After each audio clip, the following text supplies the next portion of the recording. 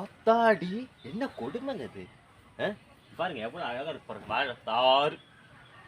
இந்த தார வெட்டி மார்க்கெட்ல குடுத்தோம்னு வச்சுங்களா, ரூ. 200 ரூ. 250 தான் வாங்குவாங்க.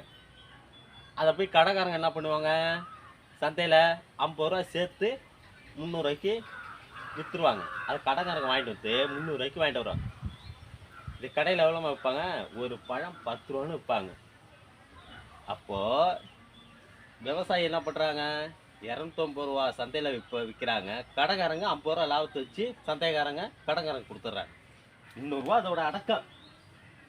ஆனா இது என்ன பண்றாங்க? ஒரு பழம் ரூ. 10ங்க. இதுல 200 பழம் இருக்கு. ரூ. 2000க்கு விக்கிறாங்க. சாதாரண ரூ. 300 முதலீடு குடுத்து ரூ. 2000க்கு விக்கிறாங்க கடை வியாபாரிங்க. என்ன கொடுமைங்க.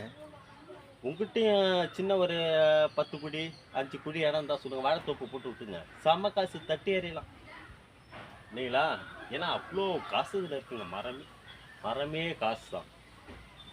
வாழையில காசு, நார் காசு, வாழைத்தார் காசு, பூ காசு, எல்லாம் காசு.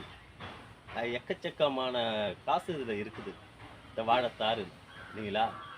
இதுலேருந்து என்ன தெரியுது? தயாரிக்கிறவனை பார்த்தா முதல்ல கம்மி. தயாரிக்கிறவனு பேமெண்ட் எடுக்க மாட்டான். வாங்கி விற்கிறவன் தான் அதிகமாக சம்பாதிப்பான். இல்லைங்களா? என்ன பண்ணு இதாங்க உலகம் போயிட்டு இருக்கு பாருங்க.